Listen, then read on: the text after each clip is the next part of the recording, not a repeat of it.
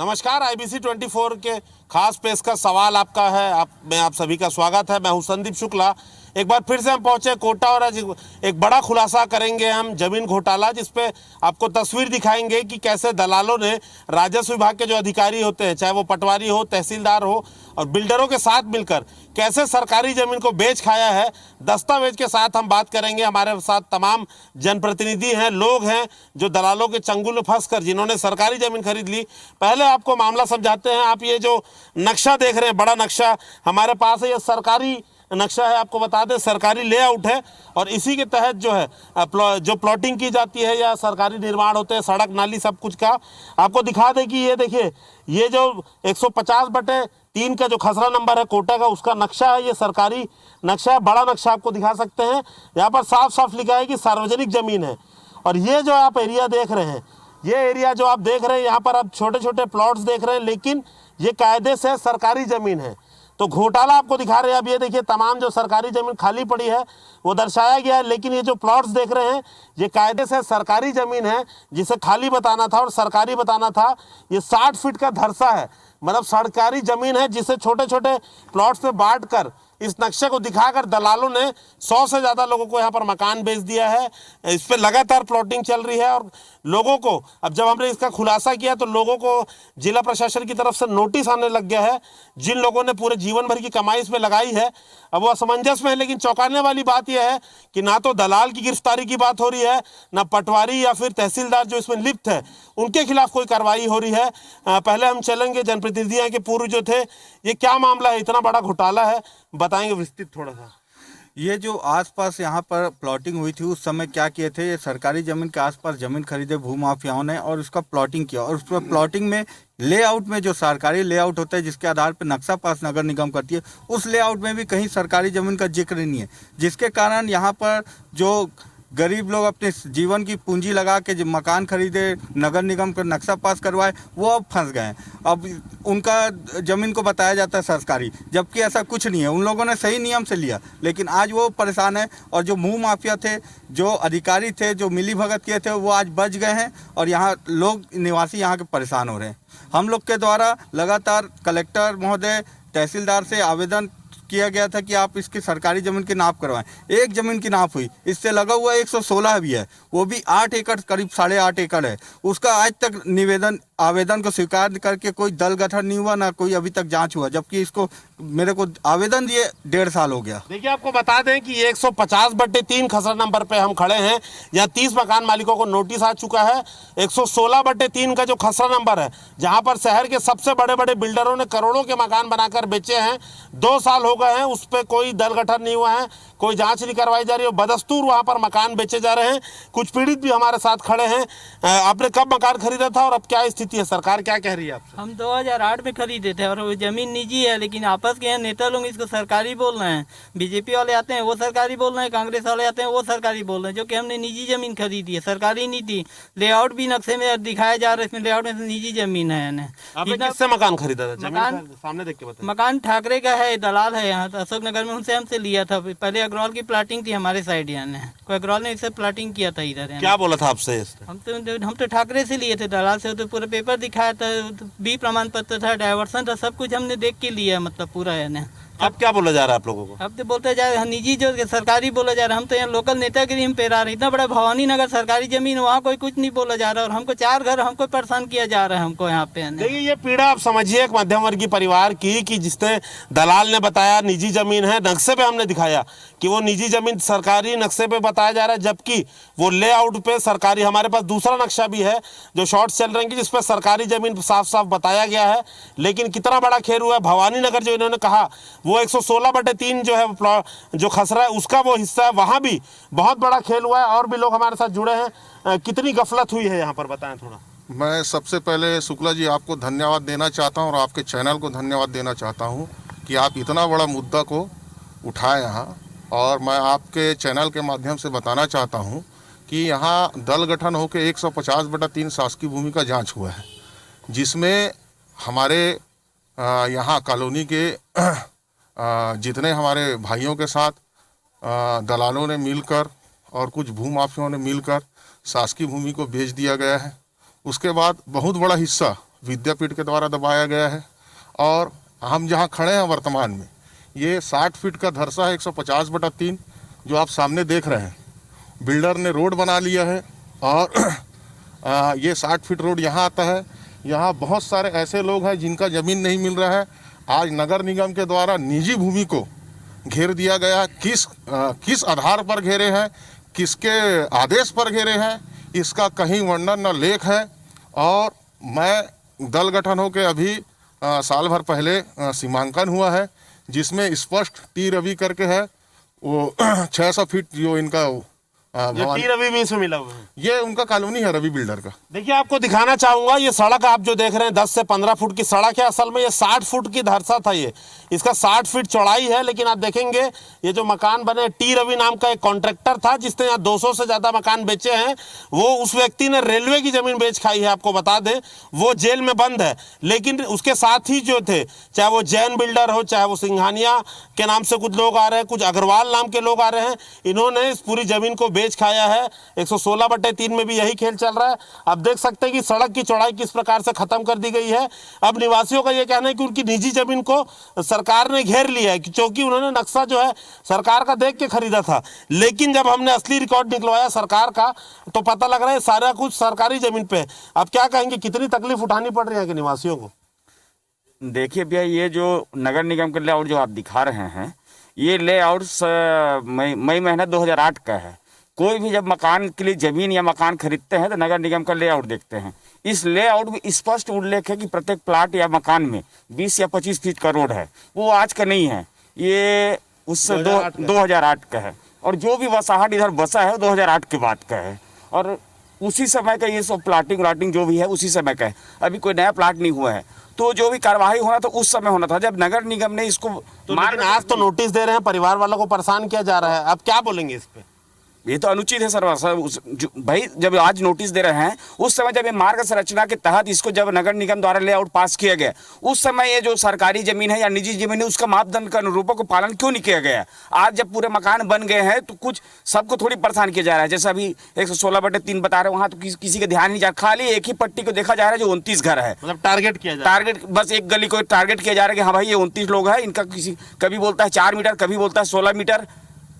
हाँ, बार परेशान किया जा रहा है। फिर पेपर में जब नाम छपता है टूटता है। भाई तोड़ना है तो सबका तोड़ो, जहाँ कार्रवाई करना है सबका कार्रवाई करो। लेकिन बिल्कुल ये बात सही है। ये जो 2.5 एकड़ है, इसके अलावा 116/3 में 8.5 एकड़ से ज्यादा जमीन है, सरकारी जमीन, जिसे जो है कब्जा कर लिया गया बिल्डरों ने और दलालों ने बेच खाया है। और भी लोग हमारे साथ जुड़े हैं, आप सुन रहे हैं पूरे लोगों की पीड़ा। इस पर आप क्या कहना चाहेंगे? अभी कुछ लोगों को हालांकि नोटिस आ रही है, लेकिन इस पे जो जिम्मेदार थे, चाहे तहसीलदार हो, पटवारी हो, दलाल हो, उनके ऊपर क्या कार्रवाई होनी चाहिए? आप क्या सोचते हैं? सामने देखेंगे 2008 में जो हुआ उसी में वो रोकना था इनको, सरकारी ज़मीन को। अब बेचने के सब दलाल लोग बेच दिए। किसी ने मकान बना लिया है, किसी ने यहाँ 15-15 साल से भी रहने लग गए कुछ लोग। अच्छा, ये जो खेल हुआ है नक्शे पे, सरकारी नक्शे पे खेल हुआ है, उस पर क्या कहेंगे आप? सामने देखेंगे इस साइड की भी ज़मीनें हैं, वो भी छूट गई, वो भी विद्यापीठ के अंदर चले गई है। और जो सरकारी ज़मीन थी, जो घर धरसा रोड, उसमें प्लॉटिंग कर दिया गया है। तो विद्यापीठ के अंदर में भी हमारे सिरा वाटिका के सामने में भी कुछ सरकारी जगह है जो कब्जा कर लेंगे। हाँ, विद्यापीठ अंदर ले लिया है उसको, और वो सरकारी ज़मीन में उनकी ज़मीन अंदर चले गई है। और जो सरकारी जमीन है उस पर प्लॉटिंग कर दिया गया है। देखिए लगातार और भी संस्थाओं का नाम आ रहा है, हमको आपको वही बताना चाह रहे हैं जिस जगह पे हम हैं अभी। ये सरकारी धरसा है, इसे नक्शे में दिखाकर बेच दिया गया है। और भी लोग हैं, आप यहाँ काफ़ी समय से रह रहे हैं। इधर क्या हाल है? इधर कब्जे का गुड़ियारी बोल लीजिए, कोटा बोल लीजिए, बहुत बदस्तूर अवैध प्लॉटिंग होती है। कुछ लोगों की मिली भगत में ये पूरा खेल रचा गया है। जो चीज़ लीगल है 2008 के पहले, कोई भी इंसान जब ज़मीन खरीदता है तो नगर निगम से एक लेआउट देख के खरीदता है। लेआउट देख के जिन्होंने खरीदा आज वो बेवकूफ़ बन गए हैं, और जो कब्जा किए हैं आज वो राजा बन के बैठे हैं। ये यहाँ का दुर्भाग्य है। यहाँ पे कुछ बिल्डर नेता इन्हीं लोग के खेल में पूरा यह माहौल बचा गया। मकान मालिक को तो नोटिस आ रहा है, क्या चाहते हैं आप? सरकारी लोग जो लिप्त हैं उनके खिलाफ क्या कार्रवाई होनी चाहिए? अब कहने को तो है, लेकिन वही बात है ना कि कार्रवाई कब होगी। यहाँ तो बस ऐसा है कि नेता 4 लोग आएंगे, 4 बार बातें चलेंगी, इंसान न्यूज़पेपर की तरह भूल जाएगा एक दिन पढ़ने के बाद। जब तक कार्रवाई नहीं होगी तब तक ऐसे गरीब लोग मरते रहेंगे। स्वाभाविक है, इनसे न तो सरकार को कुछ फर्क पड़ रहा है, न तो यहाँ के नेता लोग को कुछ फर्क पड़ रहा है। अभी और इलाका है गुड़ियारी का, कोटा का, जहाँ पर अग्रवाल और अन्य लोग जो प्लॉटिंग चल रही है, यहाँ कोई कार्रवाई होती है? अभी दिवाली के पहले बाउंड्री वाल तोड़ी गई, फिर अभी कब्जा चालू हो गया, क्या कहेंगे उसको? सर कैसा है, देखो कार्रवाई तो होती है, लेकिन इन जो बड़े बड़े भूमाफिया हैं, है ना, वो जैसे बाउंड्री वाल नगर निवेश अपना काम कर दिए, फिर दोबारा 2-4 दिन में, हफ्ता दिन जैसे अपना मौका दे के रातों रात बाउंड्री वाल खड़ी हो जाती है। अब जैसे यहीं की बात है 150/3 अभी नापजोक हुआ, ठीक है, तो हमारे 28 परिवार आ गए हैं। अब उनको पता ही नहीं था कि ये सरकारी है। अब वो उनकी क्या गलती, वो तो पैसे दे के खरीदे, जिससे भी खरीदे, और उनके पास सारी दस्तावेज है जो मूलभूत दस्तावेज होती है सरकार की, डाइवर्सन है, नक्शा पास, यहाँ तक के लोन भी लिए बेचारे। अब उनका मानसिक टेंशन इतना बढ़ गया हमारे 28 परिवारों का कि बेचारे अपना काम धाम करेंगे कि यही दिन रात करते रहेंगे। तो सरकार से मेरी विनती है, जो भी सरकारी गाइडलाइन जारी हुई है उनसे जो भी शुल्क वसूल करके जैसे भी उनको फ्री होल्ड कर दिया जाए, और ऐसे ऐसे जो सरकारी ज़मीन है उसको चिन्हांकित करके, जैसे लगा हुआ 116/3 है, बड़े बड़े बिल्डर लोग वहाँ बना दिए हैं, बड़ा छोटा वानीनगर जो भी है, तो उसको भी एक बार सीमांकन करके चिन्हांकित जैसे ये वाली हुई है उसको भी कर दिया जाए।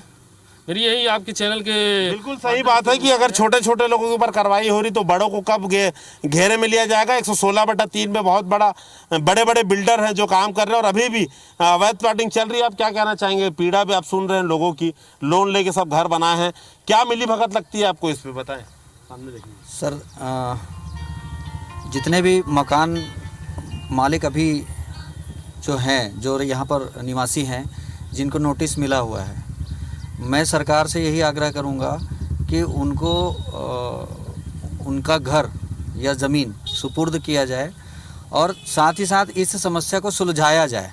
सुलझाने की अगर सोची जाएगी, अगर नीयत होगी तो किसी भी समस्या का समाधान निकल जाता है, और अगर नहीं सुलझाना होगा तो समस्या जीवन भर बना रहेगा और कभी नहीं सुलझेगा। देखिए, दो चीज़ तो पक्की है, जिन परिवारों को नोटिस मिल रहा है, जिन्होंने लोन लेके घर बना लिया है, कहीं ना कहीं उसका समस्या का समाधान तो सरकार को करना ही होगा, लेकिन इस पे आगे ये कार्रवाई करनी होगी कि ऐसा काम दोबारा ना हो। लेते हैं छोटा सा ब्रेक के बाद फिर से लोगों के पास जाएंगे और पूछेंगे कि इस इलाके में अभी भी क्या काला कारोबार, अवैध प्लॉटिंग चालू है, क्या लोगों को अभी भी चंगुल में फंसाया जा रहा है। हम बात कर रहे थे कोटा में सरकारी ज़मीन के घोटाले का, जहां पर सरकारी ज़मीन को निजी बताकर बेच खाया है। नक्शा फिर से आपको हम दिखा रहे हैं कि किस प्रकार यहां पर खेल हुआ है। आप देख सकते हैं खसरा नंबर 150/3 का ये नक्शा है, जिस पर ये जो तमाम जो ज़मीन आप देख रहे हैं यहाँ पर, ये तमाम ज़मीन जो है सरकारी है, आपको बता दें, लेकिन इस पर निजी प्लॉट बताकर बेच दिया गया है। सबसे बड़ी बात है कि दस्तावेजों में जो प्लॉट यहाँ बताए गए हैं, मौके पे वो कहीं और मिलेंगे। और कुछ गंभीर आरोप भी लग रहे हैं कि ये पूरा खेल जो चल रहा है परिवारों को परेशान करने का, या 150/3 का, कुछ बड़े बिल्डर है, जैन बिल्डर है, अग्रवाल बताया जा रहा है, सिंघानिया कुछ लोगों का नाम आया है, एक स्टेशन चौक के बड़े भूमाफिया का नाम भी सामने आ रहा है, जो पूरा खेल जिन्होंने रचा है। और क्या ये ध्यान भटकाने के लिए कुछ कार्रवाई हो रही है और कोई कार्रवाई को बचाने के लिए? शुक्ला जी, मैं आपके चैनल के माध्यम से एक बहुत बड़ा खुलासा करना चाह रहा हूँ। ये तो छोटा सा पुड़िया है लोगों का ध्यान भटकाने के लिए। 26, 27, 28 लोगों को नोटिस देके कार्रवाई करने के लिए बड़े बड़े लोगों का हाथ है। 116/3 में 8 एकड़ जमीन का जो गोलमाल और घपला हुआ है, उसको छुपाने के लिए छोटी मोटी कार्रवाई की जा रही है। यहाँ जिनके जो पीड़ितों के साथ मेरा भी सहानुभूति है, लेकिन जो भूमाफिया लोग गलत किए, क्या उनके खिलाफ? आपको भी तो बेची गई थी सरकारी जमीन? मुझे मेरा 22,000 फीट जमीन था, इसमें मेरे ऊपर कार्रवाई की गई है। आप ग्राउंड में हैं, आज अभी भी आप जाके देखिए, जो दीवार टूटा हुआ है वो आज भी यथावत टूटा हुआ है। ये लगभग साल भर पहले की कार्रवाई है, आज उसमें एक ईंटा नहीं लगा है। आप अभी भी जाके देख सकते हैं। बाकी बिल्डर तो सब तान दे रहे हैं वापस। आप वही तो देखिए, ये दोहरा मापदंड, हमारे ऊपर कार्रवाई करना। रवि बिल्डर अभी भी तना हुआ है, देख लीजिए, रोड बना हुआ है, ये देखिए, वो नाम है दल गठन जो सीमांकन हुआ है, उसमें टी रवि का नाम है स्पष्ट रूप से। या तो इनको बचाना चाह रहा है और हम लोग के ऊपर कार्रवाई करना चाह रहा है। रोज रोज पेपर में नाम आना, ये बताइए ये क्या है? 116/3 शासकीय भूमि 8.5 एकड़ का कब होगा जांच? ये आप लोगों को सिर्फ और सिर्फ भ्रमित करने का एक योजना बनाया गया है, जिसमें 8.5 एकड़ का जो गोलमाल है वो ना दिखे और कुछ लोगों के ऊपर कार्रवाई तो करें। देखिए गंभीर जहां पर आरोप लग रहे हैं और प्रीतम सिंह यहाँ पर है, जनप्रतिनिधि रहे पिछले कार्यकाल में। 116/3 की बड़ा लगातार शिकायत हुई है, वहां पर जो बिल्डर्स हैं वो अवैध निर्माण कर रहे हैं ऐसा बताया जा रहा है। क्या है मामला, क्या इस पे कोई नगर निगम या जिला प्रशासन को आप लोगों ने कोई शिकायत नहीं करी? अभी भी लोगों को वहाँ मकान बेचे जा रहे हैं। वर्तमान में जो कलेक्टर ने भारती दासन से मैं स्वयं मिल के 2019 में मई महीने में उनको आवेदन किया था कि ये 2016 जो शासकीय भूमि 8.5 एकड़ है, इसमें बहुत बड़ा खेल हुआ है। कहीं ना कहीं भूमाफियाओं द्वारा आसपास की ज़मीन खरीद कर उस ज़मीन को भी बेचा गया है, लेकिन अभी तक उसमें दल गठन की मांग हुई थी, लेकिन अभी तक दल गठनों का जांच नहीं हुआ। और इसी से लगा हुआ कोटई क्षेत्र का गांव का नहर की पट्टी है, एक नहर पट्टी में 2 बड़े बिल्डर लोग का आदेश निकला हुआ है। कलेक्टर ने ही आदेश किया था 2012 में, अभी तक का उनका गेट भी नहीं टूटा। ऐसे ऐसे मतलब यहाँ पर बड़े बड़े माफियाओं ने नज़र डाल के इस कोटा क्षेत्र में और आसपास के क्षेत्र में बहुत बड़ी भू माफिया जो सरकारी ज़मीन थी उसको कहीं ना कहीं वो लोग अपने आसपास की ज़मीन को साथ प्लॉटिंग करके बेच दिए। अब यहाँ के निवासी परेशान हो रहे हैं और इसमें बहुत बड़ी मिलीभगत स्थानीय रूप से यहाँ के पटवारी, यहाँ के जो निगम के राजस्व अधिकारी हैं, इन सब की मिलीभगत है। परेशानी यहाँ के लोगों को हो रही है, लेकिन मिलीभगत में पैसा कमा के दलाल निकल गए, पैसा कमा के ये लोग निकल गए, लेकिन परेशान अब यहाँ के लोग हो रहे हैं। अधिकारियों को सोचना पड़ेगा, लाइव प्रसारण हो रहा है, सीधा प्रसारण। लोग अगर कह रहे हैं कि पटवारी, तहसीलदार, दलाल और बड़े बड़े बिल्डर इन्हें मिलकर चूना लगाए हैं या लगा रहे हैं, इन पे कार्रवाई नहीं होगी तो शासन की जो व्यवस्था है उस पर लोगों का भरोसा आखिर कैसे रहेगा? आपने सुना अभी तमाम जनप्रतिनिधि है, पीड़ित लोग भी हैं, ये तो बड़े बड़े बिल्डरों का नाम ले रहे हैं, उनको आज तक नोटिस नहीं मिला, आपके घर को नोटिस मिल रही है, इस पे क्या कहेंगे? क्या संरक्षण दिया जा रहा है क्या? ये तो आपस में लोकल नेतागिरी हो रही सर। बीजेपी वाले आते हैं तो वो हमको परेशान करते हैं, कांग्रेस वाले आते हैं वो हमको परेशान करते हैं, जो कि हम 143 खसरे में बैठे हैं, 150 खसरे में हम बैठे नहीं हैं, जो कि इतना बड़ा भवानी नगर पूरा सरकारी में बसा, उनको कुछ नहीं बोला जाता। हमको 4 घर को नोटिस दिया जाता है, हमारे एक लाइन में सिर्फ 6 घर बने हैं, उनको नोटिस दिया जा रहा है, बार बार हमें परेशान किया जा रहा है, पेपर में दिया जा रहा है, उसमें दिया जा रहा है, बार बार लाइव हो रहा है, हमको बार बार परेशान किया जा रहा है। सब परेशान न किया जाए, इसका समस्या का निराकरण किया जाए। देखिए नई बात निकल के आ रही है, 153/3, 116/3 के अलावा इनका जो खसरा नंबर 143 बताया जा रहा है। ये नया मतलब मामला सामने आ रहा है कि 143 जो खसरा है वहां के लोगों को भी नोटिस दे रहे हैं। आप बहुत देर से सुन रहे हैं चीजों को, क्या लगता है पूरा साफ साफ के बड़े बिल्डरों को संरक्षण दिया जा रहा है? जो भवानी नगर का नाम आ रहा है, 116/3 का नाम आ रहा है, ये खेल बिना तो जनप्रतिनिधि के मिलीभगत के या अधिकारी के मिलीभगत के नहीं हो सकता है। जी हाँ, ये बिना किसी सरकारी अधिकारी कर्मचारियों के मिलीभगत के हो ही नहीं सकता है, और वो लोग पूरी तरह से लिप्त हैं। तो पहली कार्रवाई तो उन पर किया जाए, और जिनको नोटिस दिया जा रहा है वहाँ से खेल शुरू कर रहे हैं उनको बचाने के लिए, जबकि उसको बेस बना करके पीछे की तरफ अगर जाएं, पुरानी रजिस्ट्रीज की खोजबीन अगर की जाए तो सारा मामला सुलझ सकता है। बिल्कुल, देखिए इस पे इन लोगों को इनने तो मकान बना लिया, जीवन भर की कमाई लगा दी, कर्जा इन पर है बैंक का। ऐसे में देखना होगा कि अधिकारी कब जो इनका बयान लिया जाता है किन्होंने आखिर इन्हें जमीन बेची है, उन पे कार्रवाई क्यों हो रही है समझ में नहीं आ रहा है। अब तमाम जो घर देख रहे हैं सब लोगों को टी रवि नाम के जो बिल्डर ने मकान बेचा है, 200, आप सोचिए 200 घर उसने बना के सरकारी जमीन में बेच दिए, अवैध रूप से कंस्ट्रक्शन कर दिया, और वो जेल में है। इनका ग्रुप समझिए, अब इतना बड़ा ग्रुप है, स्टेशन चौक का बड़ा भू माफिया है, एक जैन बिल्डर का नाम आ रहा है, सिंघानिया का नाम आ रहा है, इसके अलावा अग्रवाल, ये कौन लोग हैं बड़े की सरकारी व्यवस्था पर ये हावी हो जा रहे हैं। क्या कहेंगे आप लोग? छोटे छोटे मकान मालिकों को नोटिस आ रहा है, बड़े बड़े बिल्डरों को सरकार के या जिला प्रशासन के हाथ कांप रहे हैं क्या? नियम सबके लिए बराबर होना चाहिए। कार्यवाही अगर गलत किए हैं, चाहे कितना बड़े बिल्डर हो, जैसे अभी थोड़ी देर पहले हमारे प्रीतम भाई बताया कि मारुति लाइफ स्टाइल के आसपास पूरा नहर को पाट के बहुत बड़ा कमर्शियल कॉम्प्लेक्स बना दिया है। अपने निजी जमीन के जरा से भी मतलब 1 फीट पार्किंग की जमीन नहीं छोड़ा है, शासकीय जमीन में से सट कर इतना बड़ा कमर्शियल कॉम्प्लेक्स खड़ा हो गया। उसके लिए कोई बड़े नेता या बड़े अधिकारी उनको बोलने तक नहीं आते। यहाँ छोटे जैसे अभी अग्रवाल जी बताए कि आप 150/3 को बार बार नापते हो, तो हमारा 143 बट का जो खसरा है जिसमें हम लोग रजिस्ट्री कराएं उसको भी हमारा नाप के अलग कर दो। उसके बाद जो बस्ती आप 150/3 आप अपना जमीन ले लो। बिल्कुल, देखिए बात बिल्कुल सही है, टेक्निकली भी जाएंगे तो ये कैसा गणित हो रहा है समझ में नहीं आ रहा। अधिकारी एक ही मामले में 2 अलग अलग कार्रवाई कैसे हो रही है?